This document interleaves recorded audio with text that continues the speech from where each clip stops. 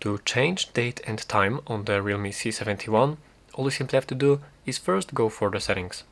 From here you will have to scroll all the way down and go for the system. And as you're here, you will be able to find these date and time options, so simply let's go in here. And now to change the date and time you will have to disable this function set time automatically.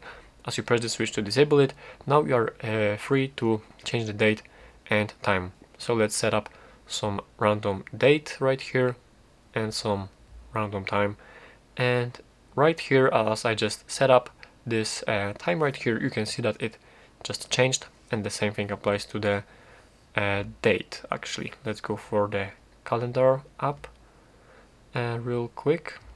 Where can we find this calendar application? But basically that's how you can do this. As you change these settings right here, it will be changed real quick.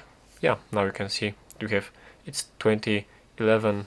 So yeah, that's pretty much it. That's how you can do this.